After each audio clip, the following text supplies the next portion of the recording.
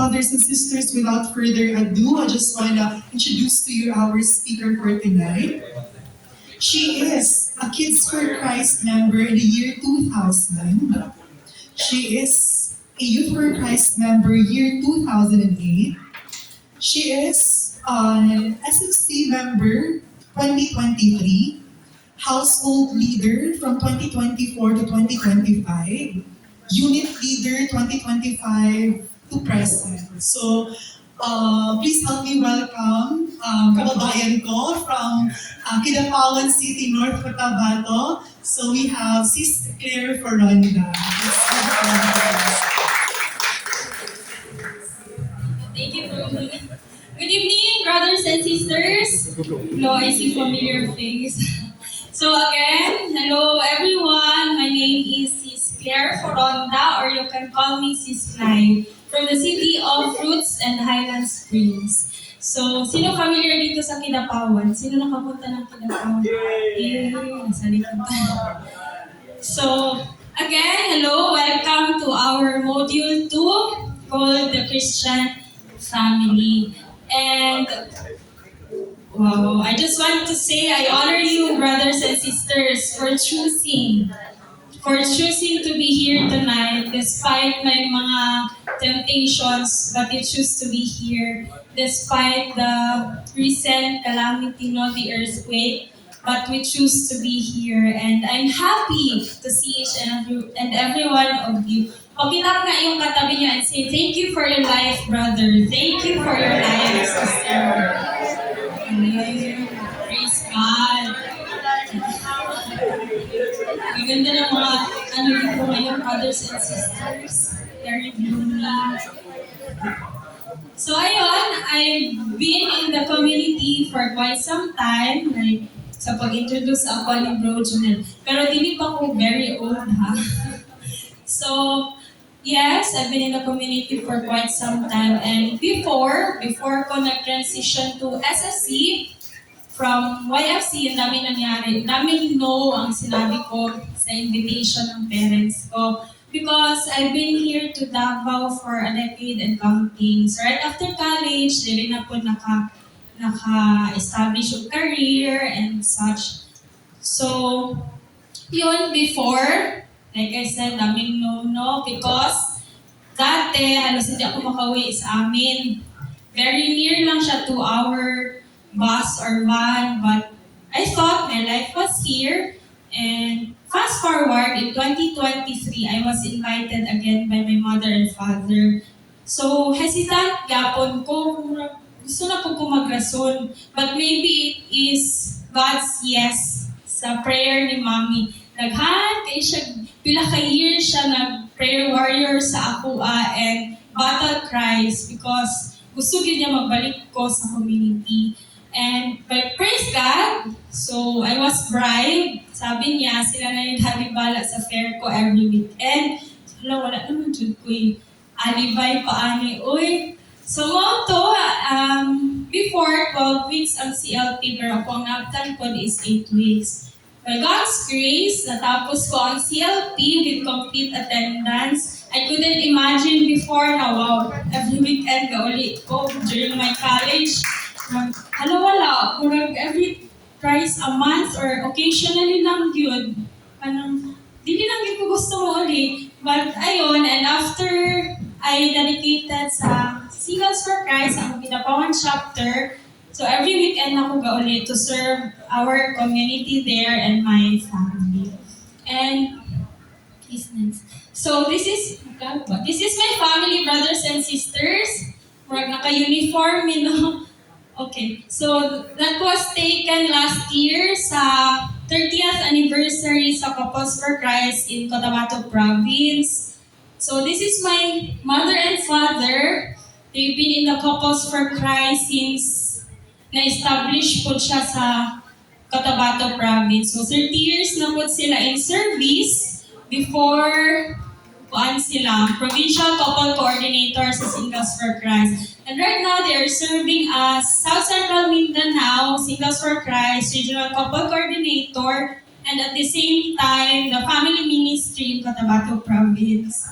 So while this is our brother, and our sister-in-law. So napod sila sa Couples for Christ. They are serving as couple coordinator sa Kids for Christ in Sandawa chapter, Kinabawan as well. And this is our nephew, nag-iisa pa lang, no? Blessed by nephew. Napod siya before sa Kids for Christ and transition to YFC since teenager na siya na sa iyang high school days. Along with me, my twin sister. So, later, mamit po ninyo siya. Nasa sa likod. So, ayun. This is my family, brothers and sisters. Not a perfect family, but with full of love. Amen ba? Amen. Amen. So, next. Very participative. Thank you. So, in the beginning, God intended family to be beautiful. Agree ba kayo? God intended family to be beautiful. Abi ba na hilong ang mga parang na ay mga dumot ba? Okay, take aside. So next. So from Joshua chapter 24 verse 15, please read, brothers and sisters. Choose today whom you will serve. The gods your ancestors served beyond the river of the gods of the Amorites. In whose country you are dwelling, as for me and my household, we will serve the Lord. And love begets, may kasabihan tayo, love begets love. So pag binato ka ng bato, anong ibato niyo? Bato din. Tinapay, no? Pag binato ka ng bato, batuhin mo ng tinapay. So yung binato mo ng tinapay, makakain pa siya, mabusog pa siya, hindi pa siya nasaktan. Amen ba? Sino dito nasaktan na? It's okay. Mahal naman tayo ni Lord, brothers and sisters.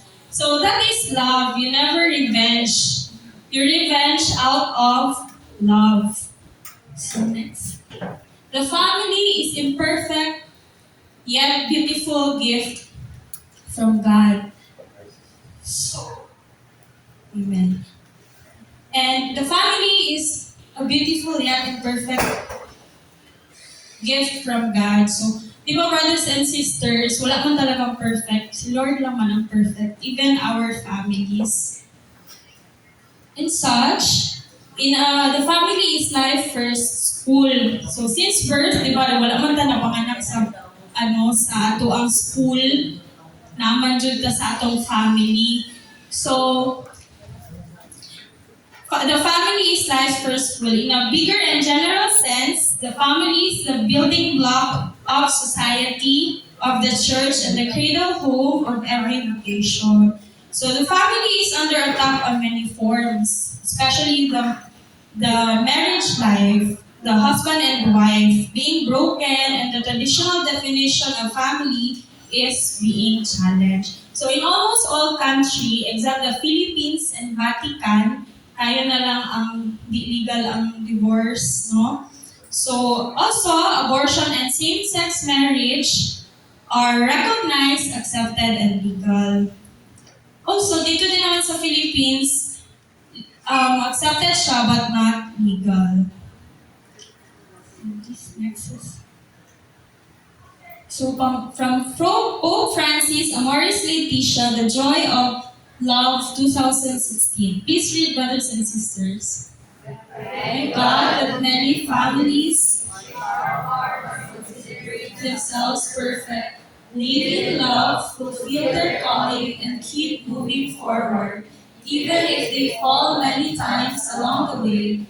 The Synod's reflections show us that there is no stereotype of the ideal family, but rather a challenging mosaic made of many different realities, with all their joys, hopes, and problems. So, amen. So, do you want to know God's plan for our family, brothers and sisters? Amen. So, in God's plan, so God has intended the family to be for the transformation of life. So the Christian family is a community of life and love. It has a mission to guard, reveal, and communicate love. So each family is the home of God, and its members, like the father, the mother, or children, belong to God. So ang fundamental task ng family is to serve life. So God created man, male and female, to increase, multiply, fill the earth, and to be one. Next, please. So the family is a place for children to learn and grow spiritually.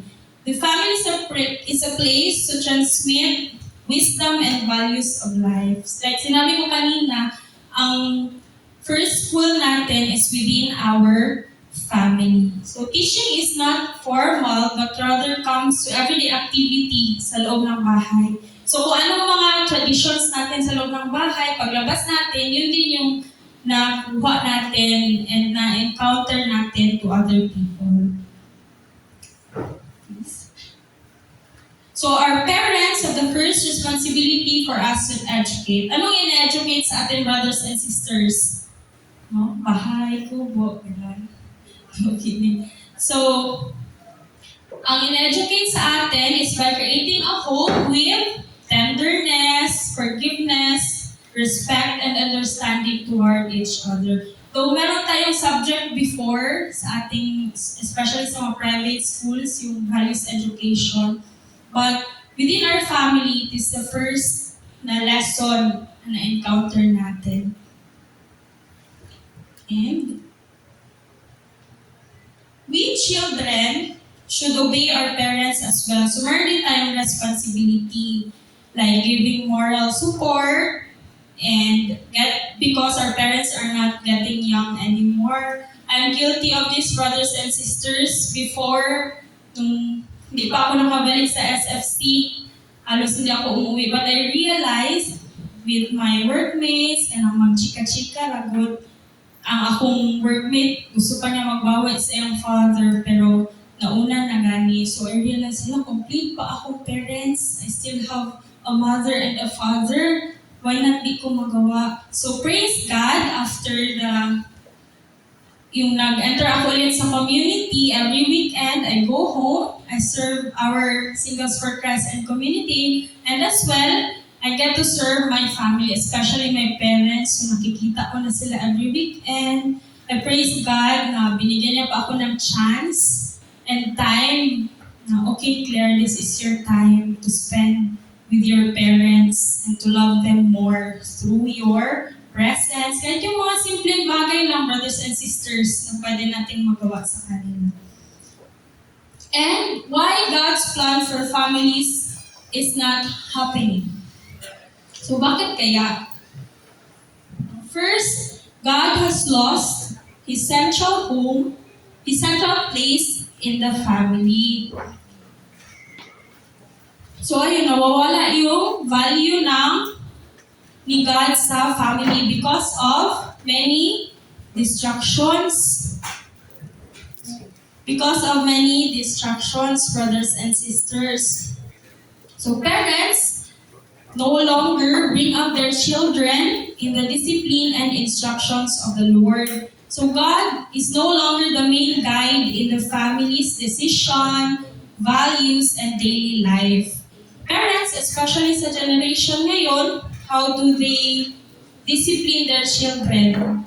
Parang bilis mag-disiplina ngayon no, ng mga parents. Not all, but yung sa mga nakikita natin, konting tantrums or iyak ng mga children nila, biglang bigay lang ng phone, ganyan, para mag-stop na, no? Nawawala yung communication and understanding with each other for the parents and children. Sino dito naka-experience marigaluhan ng belt before? Paano sila madisiplina? Mabigyan ng aeroplanong tsinelas, nakakano lang, uy, may aeroplanong tsinelas na pala ngayon. Or ng hanger, brothers and sisters. Diba? Very tough ang discipline before, but we praise God because ganun yung pag-discipline. We get to understand what we did wrong. May communication between the parents and the children. So the family itself is losing its importance. Why? In today's generation, very fast-paced, no? Maski ang time natin, habol dito, habol doon, maraming goals and dreams in life. which is good. Diba? Libre lang naman mangarap. Kaysa wala tayong pangarap, brothers and sisters. But when it is too much, doon na nawawala ang importance within our family. Like, nawawala ang essence ng time to spend with family, and because of our worldly lures, doon pumapasok ang conflicts. So very easy na ang divorce or separation since walang divorce dito. So maraming families ang separated with the father or mother. And sino na apektuhan dito, brothers and sisters? Yes, even the children. And the family is under attack by evil forces. Why? So marriage and family life have always been under attack even before, but it is different in our generation today. Sinong happy dito, no? Ang evil. And family, so wag na lang tayo mag-pickleball. No? Hindi na sa, yung mga chika-chika sa supplement, no? Joke lang. May nag-pickleball dito. So the devil wants to break up the family and is taking God out of the picture in our daily life. What are the causes, brothers and sisters, by evil forces? So lack of commitment in the family, like pride within the children and the parents, divorce, and materialism, and many other negative and sinful behavior. So what can we do? Anong pwede natin magawa? May magawa pala tayo, no? Despite everything, despite the negativity and the breakups of the family, first make a decision for God's plan to happen in our family. So ano yung mga decisions na yon? Honor and respect our parents. It is written in the 10 Commandments. Aware kayo, brothers and sisters? Gusto kong marinig ng yes. Yes. Kasi nanay natulog diha para lupad-lupad ang huna-huna. Dito na siya ni sis. Okay lang yan, sis. And how do we respect and honor our parents, brothers and sisters? By what? By listening to them attentively. Sometimes we have disagreements. So many si mama, so many yung mga thoughts. But we try to listen and understand their perspective. Maybe they are right, brothers and they are all right. Di ba, our parents, man yun ang atong first educator. They don't want us to yung mapariwara. They don't want us to kung asa-asa na lang maadto and such.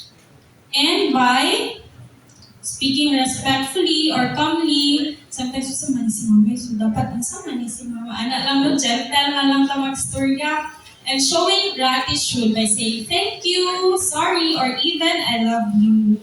We care for them as they age and spend quality time, celebrate special occasions.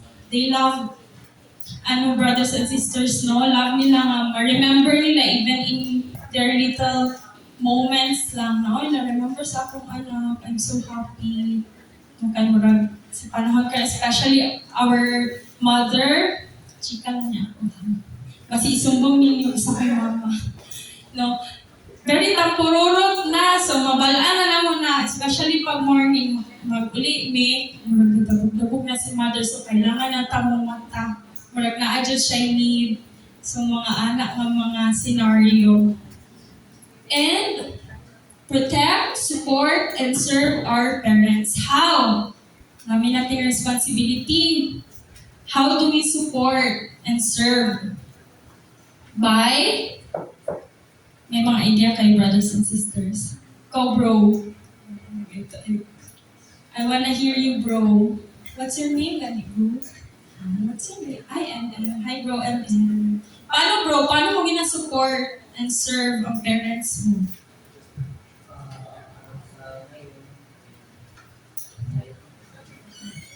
I protect and support and serve my parents in a way na abang ko sa ila sa mga expenses sa balay kay Maura tong mahatag na ko kay naman sa layo. So sa layo ko nakakita ng opportunity. So in return, in exchange na makahatag ko sa ilaha kung sa ang kinahanglan nila, sa layo ko sa ilaha. So okay na, makakaya naman ko. And so God provides, brother. Thank you, brother, for sharing your thoughts. Brother MN. Amen. So, in His way, ganun no, nag-provide financially in His own little way. And also, His sacrifice, even layo siya, ang presence niya, ma-feel niya po sa iyong parents because He provides. And also, even doing household chores, or even drive them, brothers and sisters, or we give them both material and moral support. Not big, but they appreciate it, brothers and sisters, our parents. And also give them hugs or even kisses and appreciate them. Ako, I tend to hilot daddy. Kabalo mo anang suhit, brothers and sisters. Yes! Yes. Labas na yung pahilot dili ko niya. Watch it ang favorite ni daddy pag makauli ko, Clay, bago siya matulog. Tawagon na ko anak niya. So, kabalo na ko, okay dad, mas ikapin, good kapin man. Mas gusto ko nga ikaw hiluton kaysa ikaw ang maghilot. So, pero because I love my dad, we love our parents unconditionally, so go and dili man po pirmi na ginahilot na ko akong daddy. So that's one way of showing my love for him. And come up with brothers and sisters in your own way. Diba? For sure na aman jud. And next, obey our parents. So paunsa na to i-obey atong parents. Pag moingon si mama nga, sige na lang kag ano, uma na lang uli. So, uma, dyan tang uli. Obey man. Anak, no? What's up, bro? Taga, mama, para dili ano si mama. Start ang iyahang kung sa baliha. So, by listening carefully, kung may sinasabi sila or pinapagawa sila, we do it out of love. And we try to be honest with them, even sometimes mahirap maging honest sa ating parents. But we make sure na maging honest tayo sa kanila. And respect family rules. And communicate when we disagree, like I said a while ago. And even accept correction and learn from it because it is for our own good. Next, love and support our siblings. Paano? Sino dito mga eldest? Eldest, may mga kapatid pa po. GBL. So, sa mga eldest dyan, yung may mga bunso, paano mahalin, especially pag very kulit sila. Grabe din, bro. Pait din kayo mo, bro, ba? No? Paano? So, even when maski kulit sila, ilab lang gihapon nato sila. Mao jud din ma-remember nako always ang instill sa amo ni mommy na whatever happens, may misunderstanding man, especially sa in-laws, di ba reality man jud na naman jud away-away, especially ang in-laws pag sabay-sabay na gani. So, yeah, pero anak si mommy, even pag kaon na sila ni Lord, pero not tonight, Lord. Pero in His time, sabi niya na never forget your siblings, kaya kayo din ang magtulungan. And, amen. Amen, brothers and sisters. So, ayan. This is my siblings. So, ayun, kuya namin, 7 years, aming age gap. And along with my twin, syempre mas close ko sa akong twin, sa tiyan pa lang, na may communication. But despite our age gap, our kuya is very understanding and every time magaling sa among balay, mag-istorya mi, and all. And we try to have quality time with them, with our siblings, brothers and sisters. We should support them in times of trials and problems. Encourage them. If na sila good, go encourage them na to aim high and big and spend quality time and be patient and forgiving. Very listening, be patient and forgiving, especially sa siblings. But of course, we love our siblings. So, for sure, magawa natin to, brothers and sisters. Amen ba? Yes, God. So, be a source of unity in the family. Paano natin gawin? Maging united. So, we give quality time together. We pray together as family. Di ba may kasabihan? The family that prays together Stays together. Amen. And of course, we try po nato sila mag-invite to go to church every Sunday as family and even read scriptures together and eat together when you have time. So learn more about God's plan for your family. Paano? So since we are here in the community, we attend teachings, maraming teachings ang community brothers and sisters like strengthening family life, since naka-start na dito sa CLP. And in fact, you can invite your parents in the Couples for Christ community or even your siblings or lolas and lolos. Lahat may mapaglagyan dito sa community brothers and sisters. By that, tingala na lang ka nga one day, wow, sabay namin nag-serve sa akong family. Gusto niyo yun? Sino gusto? Raise your hands. Makita yan ni Lord. Raise your hands. Lumurog, wala gusto sa participants. Pwede na hands. Bro, gusto ka bro? Bro,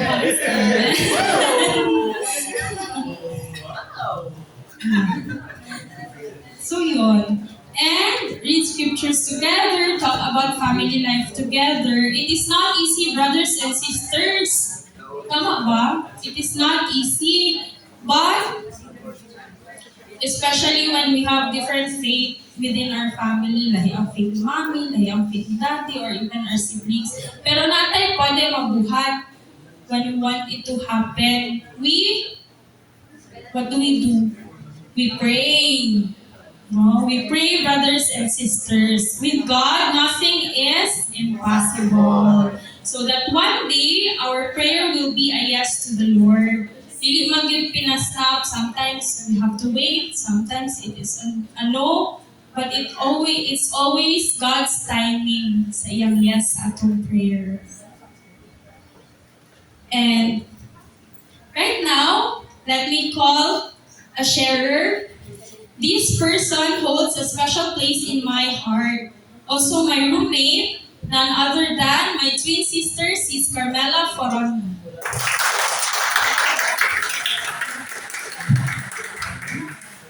Hello, good evening. Okay pala? Good evening. Praise God. Thank you. So good evening, brothers and sisters.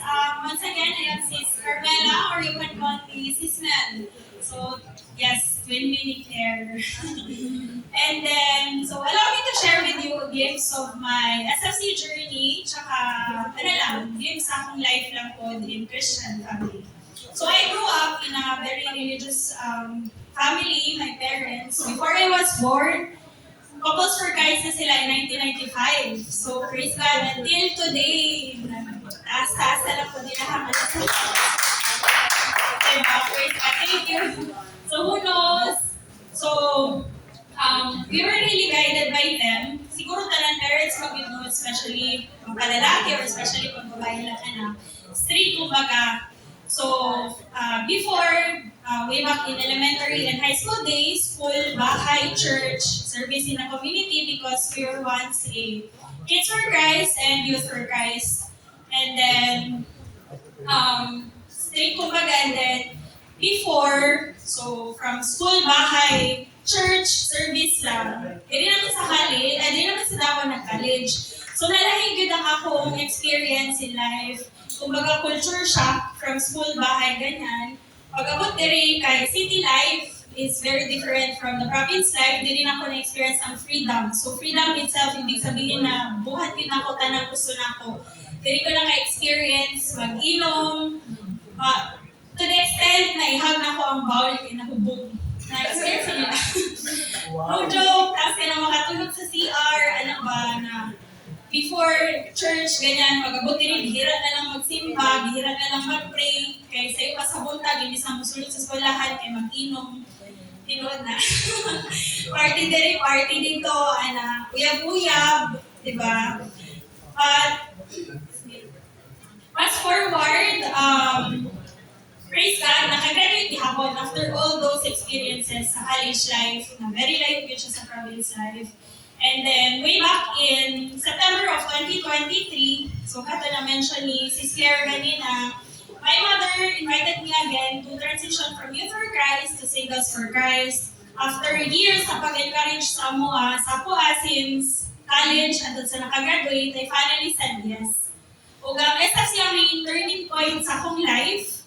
Kaya di rin ako nakuha ang answer sa mga questions sa akong self-worth as a woman, and then why things need to happen in my life. Of course, naman tayo na kanyang experiences, no? Mga gipagdaanan in life. So, pero happy kay akong parents, especially my mother, kay prayer good niya na mag-join namin in Singles for Christ. And nalaman na po na ako sa mga brothers and sisters kay naging bukang bibig nila dito na gusto na niya na mag-join na sa community to serve the Lord. Maliban sa ilaha, but kami po ilang daughter, of course.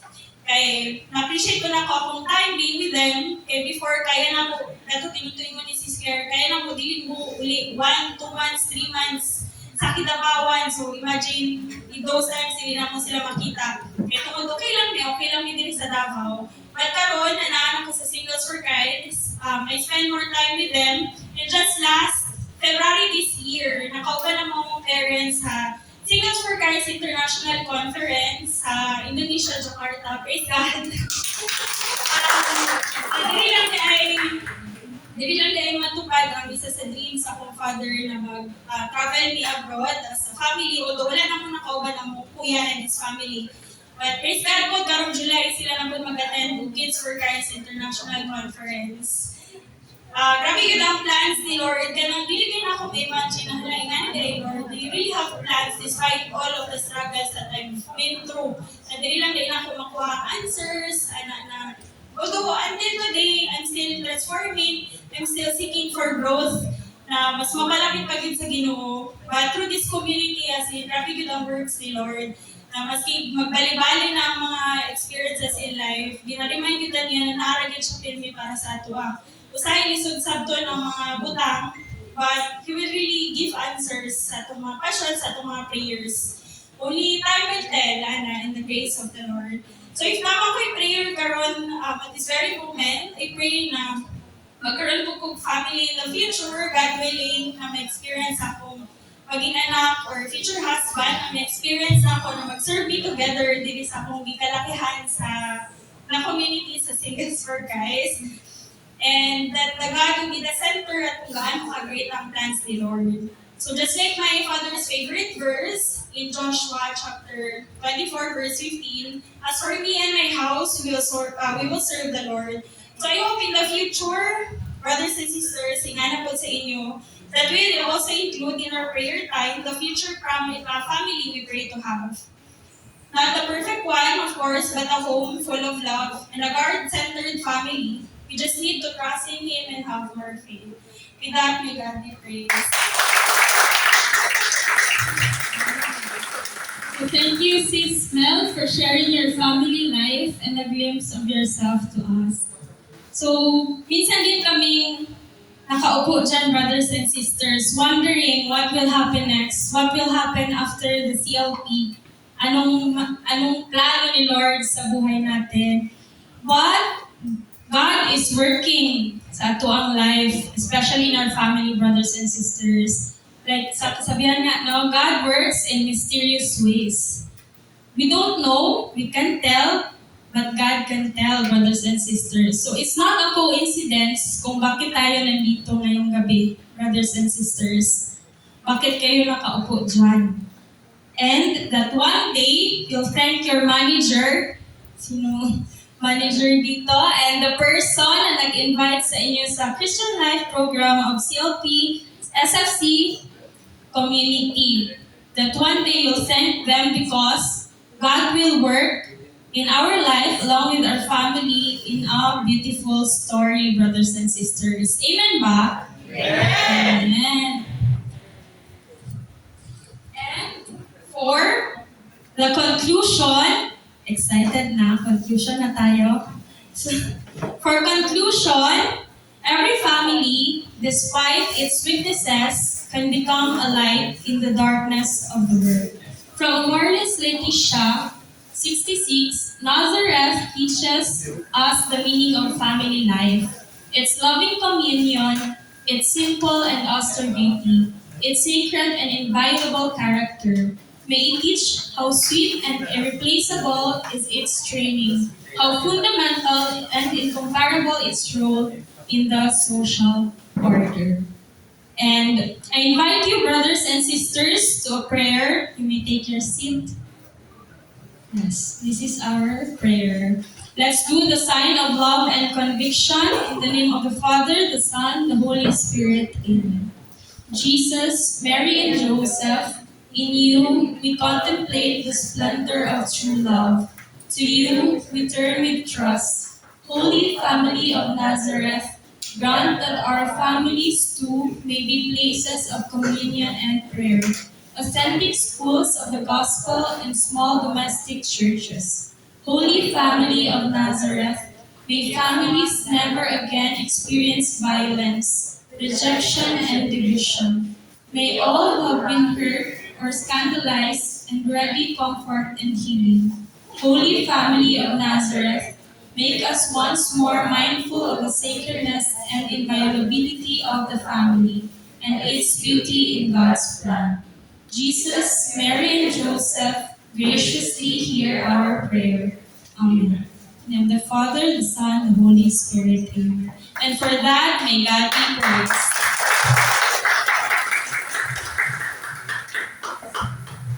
Okay, thank you so much, Sis Claire, for that very, I'd say, meaningful at the same time courage for sharing your own personal story.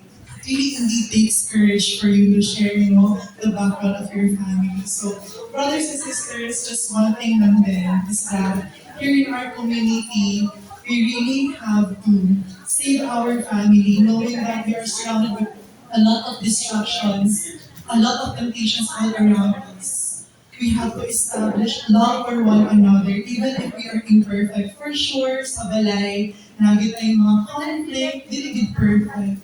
But knowing that our days are counted here on earth, why not we have to live this life to the fullest? Share love, share care, and share genuine presence towards them for us to touch lives. So right now, for us to officially acknowledge our speaker, I just wanna read the citation of the certificate. Certificate of appreciation is presented to Claire Ferronda in her heartfelt recognition of her commitment and meaningful service as the resource speaker for Talk 5 of the SFC Davao Central A Christian Life Program 2026 entitled The Christian Family, given this 11th day of June 2026 at St. Jude Thaddeus Parish, General Malabar Street, Davao City, Philippines. Signed, Janelle Silvera, yours truly, and Sis Ivan Nerosa, Christian Life Program 2026 team leaders, and Brother Michael Kael and Sister Rose Vidal, chapter leaders, SFC Davao Central A. Sis Feng, be with me. Of course, our resource speaker, Sis Claire, is be with us. Thank you so much for your time, your commitment, and your yes. You're a blessing to our community. Salamat kayo. And please accept this mini figurine. It's Little St. Jude. Okay, or you might be dito pa. Let's speak to dito.